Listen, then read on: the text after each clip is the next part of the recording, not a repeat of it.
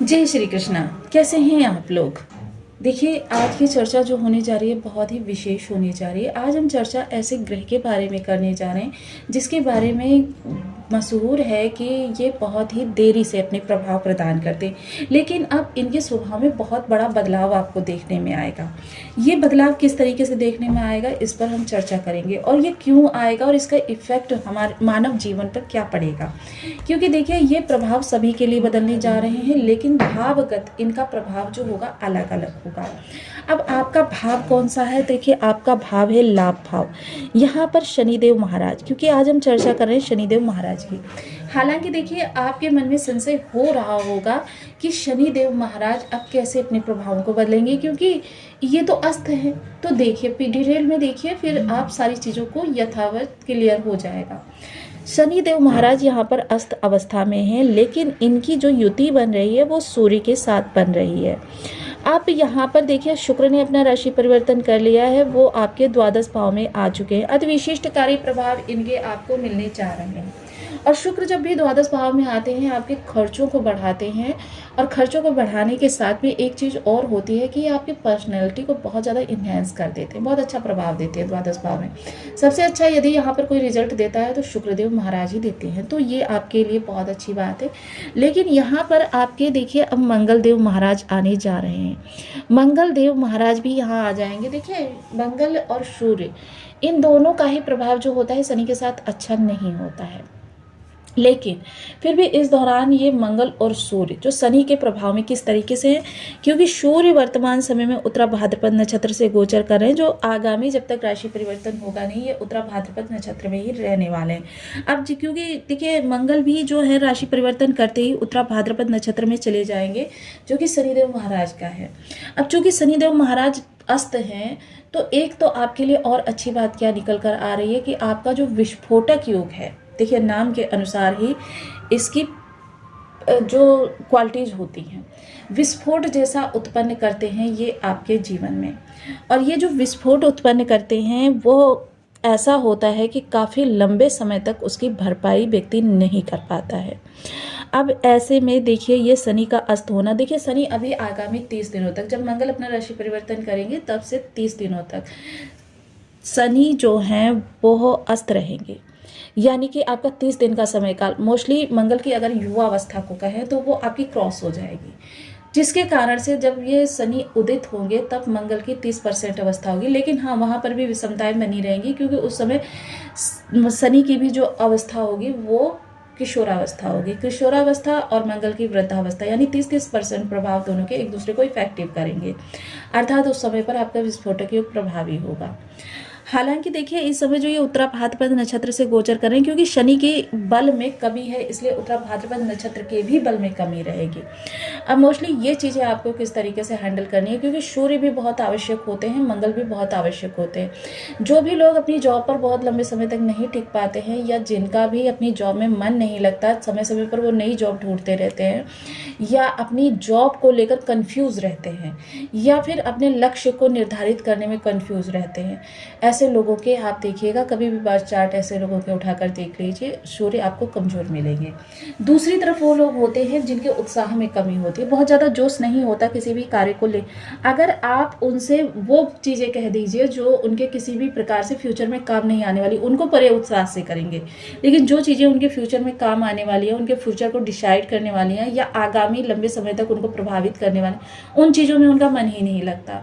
उन चीज़ों को करने से वो सदैव ही कतराते रहते हैं। तो काफ़ी महत्वपूर्ण ये आपके लिए जो सिचुएशन निकल कर आ रही है, ये निकल कर आ रही है।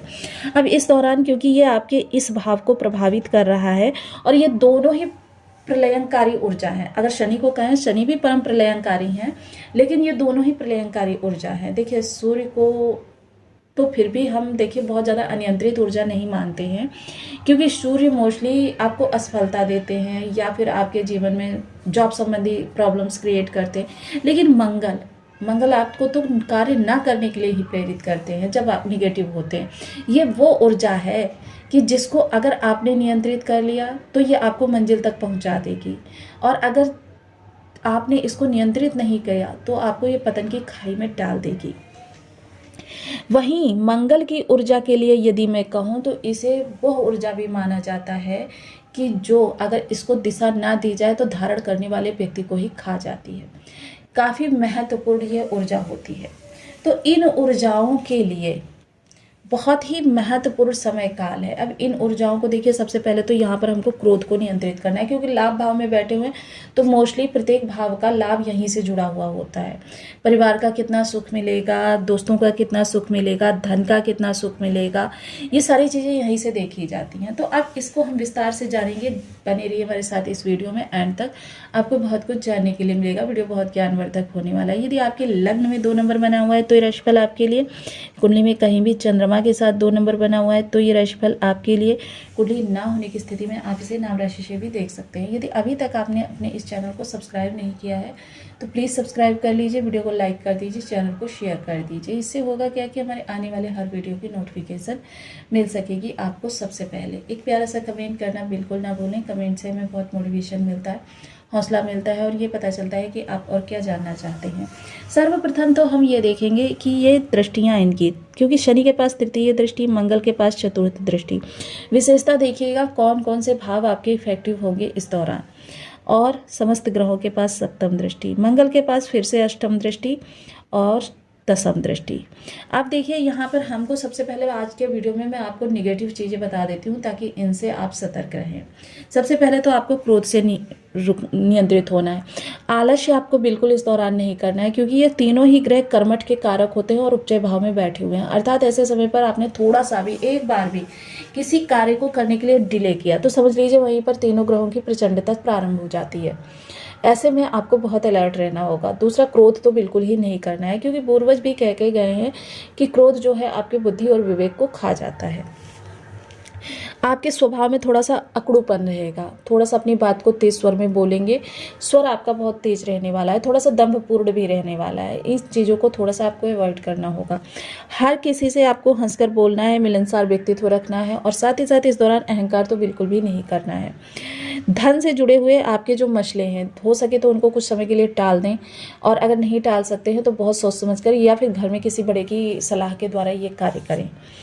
वहीं अगर मैं चर्चा करूं इस समय तो संतान के साथ या प्रेम संबंधों में आपको बिल्कुल भी इस दौरान कोई भी महत्वपूर्ण निर्णय नहीं लेना है या अपनी कोई भी इच्छा या मर्जी नहीं थोपनी है। ऐसा करने से आपके लिए रिश्ते बिगड़ सकते हैं और काफ़ी लंबे समय तक आपकी ये निगेटिविटी आपको प्रभावित कर सकती है, जिसकी वजह से आपको भी परेशान भी रह सकते हैं। क्योंकि ये संतान या प्रेम संबंध दोनों ही आपके जीवन में बेहद महत्वपूर्ण होते हैं। वहीं विचार, आपके विचार देखिए इस दौरान अगर इन तीनों ग्रहों में से किसी एक की भी ऊर्जा आपके बर्थ चार्ट में खराब हुई तो विचार आपके किस तरीके से रहने वाले हैं कि आपके विचार मस्तिष्क में ही बहुत ज़्यादा उन्नति करेंगे और मस्तिष्क में ही धराशायी भी हो जाएंगे, कि उनको यथार्थ के रूपरेखा में आप कभी नहीं लाएंगे। और साथ ही साथ यदि एक भी ग्रह खराब हुआ तो फिर समझ लीजिए कि यह आपके लिए इस समय बहुत ही निगेटिव सिचुएशन भी क्रिएट कर सकते हैं। तो अपने विचारों को विशेषता निगेटिविटी ना भरने दें और बहुत सतर्कता से आगे बढ़ाएं। अपने विचारों को जहाँ तक संभव हो, देखिए बेसिक सेकंड ओपिनियन की मदद से या अपने मित्र की सलाह से, पत्नी की सलाह से या किसी रिलेटिव की सलाह से, घर में बड़े बुजुर्गों की सलाह से आगे बढ़ाएं, लेकिन बढ़ाएं जरूर। साथ ही साथ अगर शत्रु पक्ष के लिए कहें तो क्योंकि मंगल देखिए क्रोध के कारक होते हैं, आक्रामक स्थितियों को उत्पन्न करते हैं, तो शत्रु पक्ष आपके अवॉइड करने से ही उनका नाश हो जाएगा। लेकिन अगर आपने अवॉइड नहीं किया, उनके साथ आप वाद विवाद या कोई आर्ग्यूमेंट करने में लग गए तो फिर ये देखिए स्थिति कोई भी हो सकती है, इसका आपको अलर्ट रहना है।